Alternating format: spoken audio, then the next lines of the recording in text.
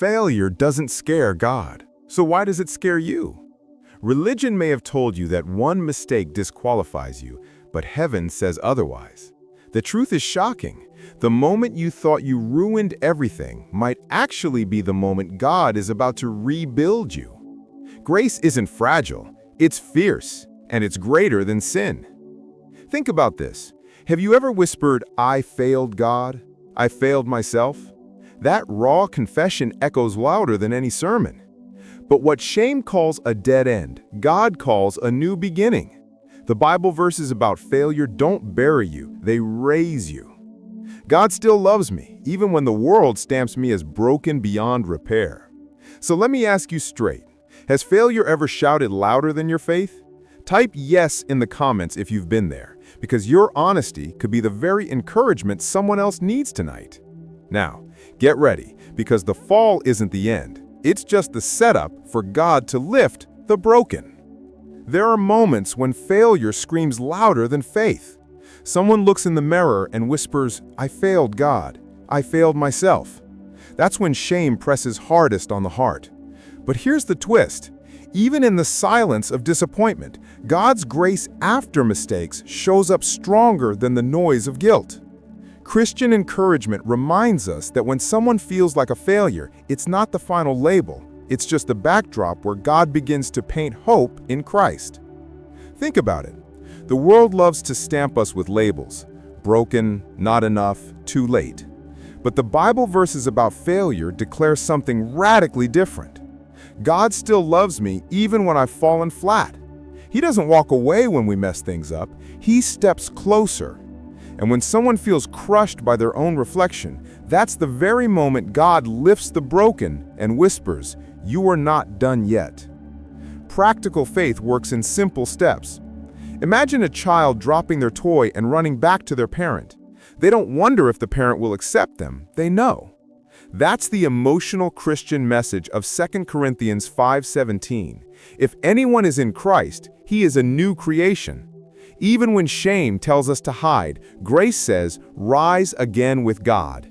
And while one door looks shut, faith after failure opens another, setting the stage for a new beginning with Jesus. Falling doesn't mean the story's over. In fact, that's usually the place where God's grace after mistakes shines brightest. The righteous fall, but they rise again, not because they're superheroes, but because God restores the fallen. And this Christian encouragement breaks the lie that failure is fatal. What looks like rubble in your life can actually become the foundation God uses to build something stronger. Think of how buildings are restored. Old walls are knocked down, cracked stones replaced. Yet the architect sees not what was lost, but what can be rebuilt. That's how God sees someone who feels like a failure. Bible verses about failure remind us, "For though the righteous fall 7 times, they rise again." Proverbs 24:16. So when someone says, "I failed God," heaven replies, "Stand up. Grace is greater than sin." And the process of rising again with God isn't complicated. It's often about small steps: a prayer whispered in the dark, a choice to forgive, a decision to get back up instead of staying down. Those tiny movements open the door to spiritual healing and hope in Christ. Falling may bruise the knees, but faith after failure gives the courage to stand, dust off, and keep walking toward a new beginning with Jesus. When someone feels like a failure, it's easy to stop believing in themselves. But here's the truth: even when we give up, heaven doesn't. God still loves me even when I whisper, "I failed God." He sees not just the broken pieces, but the masterpiece hidden inside. This emotional Christian message reminds us that God's grace after mistakes is stronger than self-doubt, and hope in Christ refuses to let shame have the last word. Think about it. Teachers don't give up on a student just because they stumble over a math problem. They see potential beyond the mistake.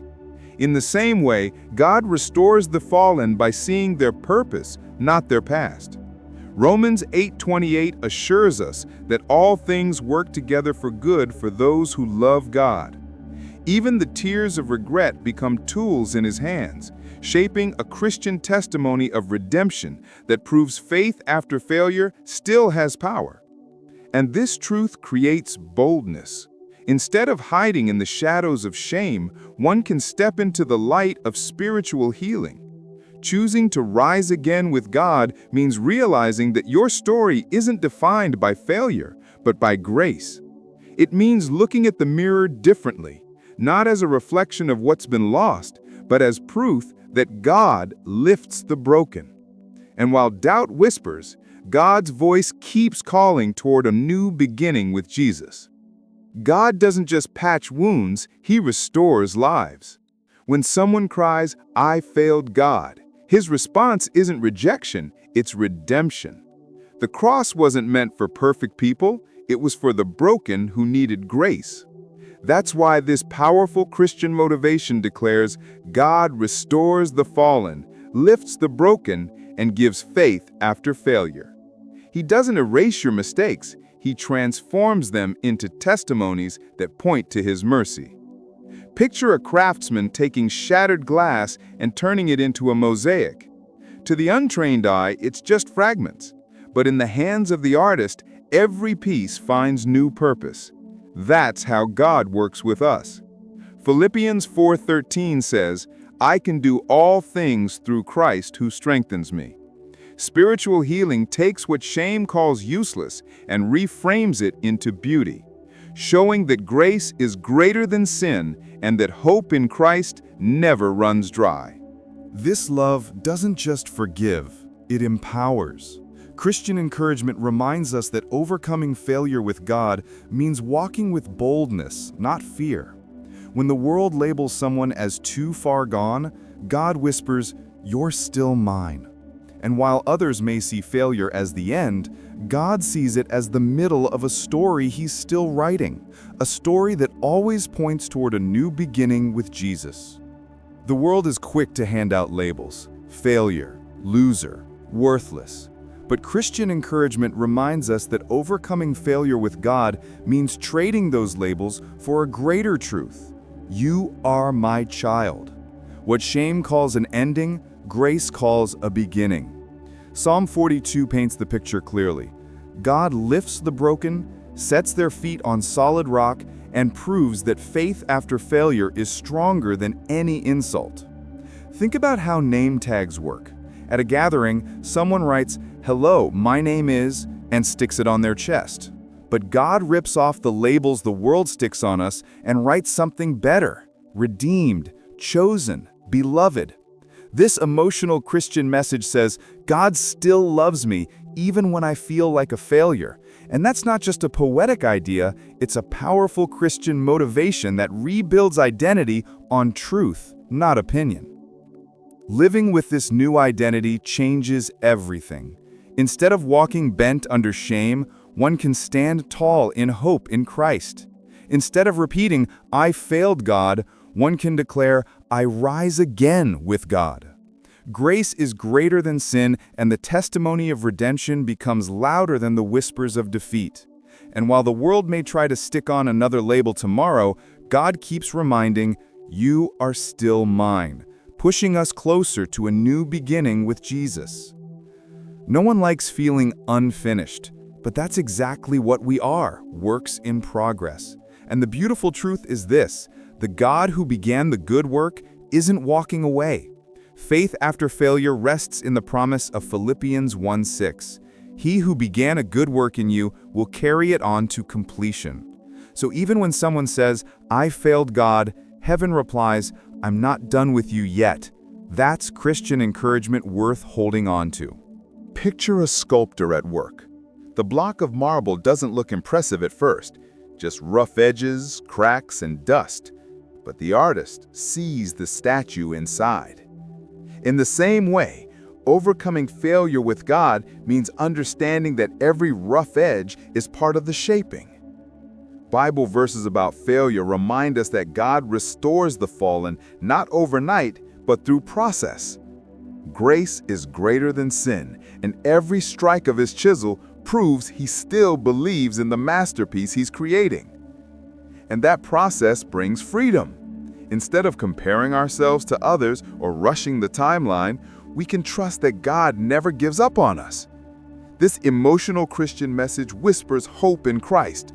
You're not finished yet. Living with that perspective keeps shame from defining the story and turns every setback into proof of God's patience. And while we wait, He keeps lifting the broken, guiding us toward a new beginning with Jesus. So here's the truth. You are not finished. Your failure is not the headline of your life. God's grace is. Every scar, every stumble, every whispered, "I failed God," becomes the very proof that He never gave up on you. And if He hasn't walked away, why should you? The time has come to rise again with God. Let this emotional Christian message sink deep. Grace is greater than sin. Hope in Christ is stronger than shame. And faith after failure is more powerful than regret. You've been called to live as a testimony, not as a prisoner of your past. Now, I want to ask you, what's one failure that tried to break you, but God is using to rebuild you? Drop your answer in the comments below. Don't just watch this, engage, reflect, and step into the restoration God is offering. And before you leave, hit subscribe, like this video, and turn on notifications, because your journey of redemption is just getting started.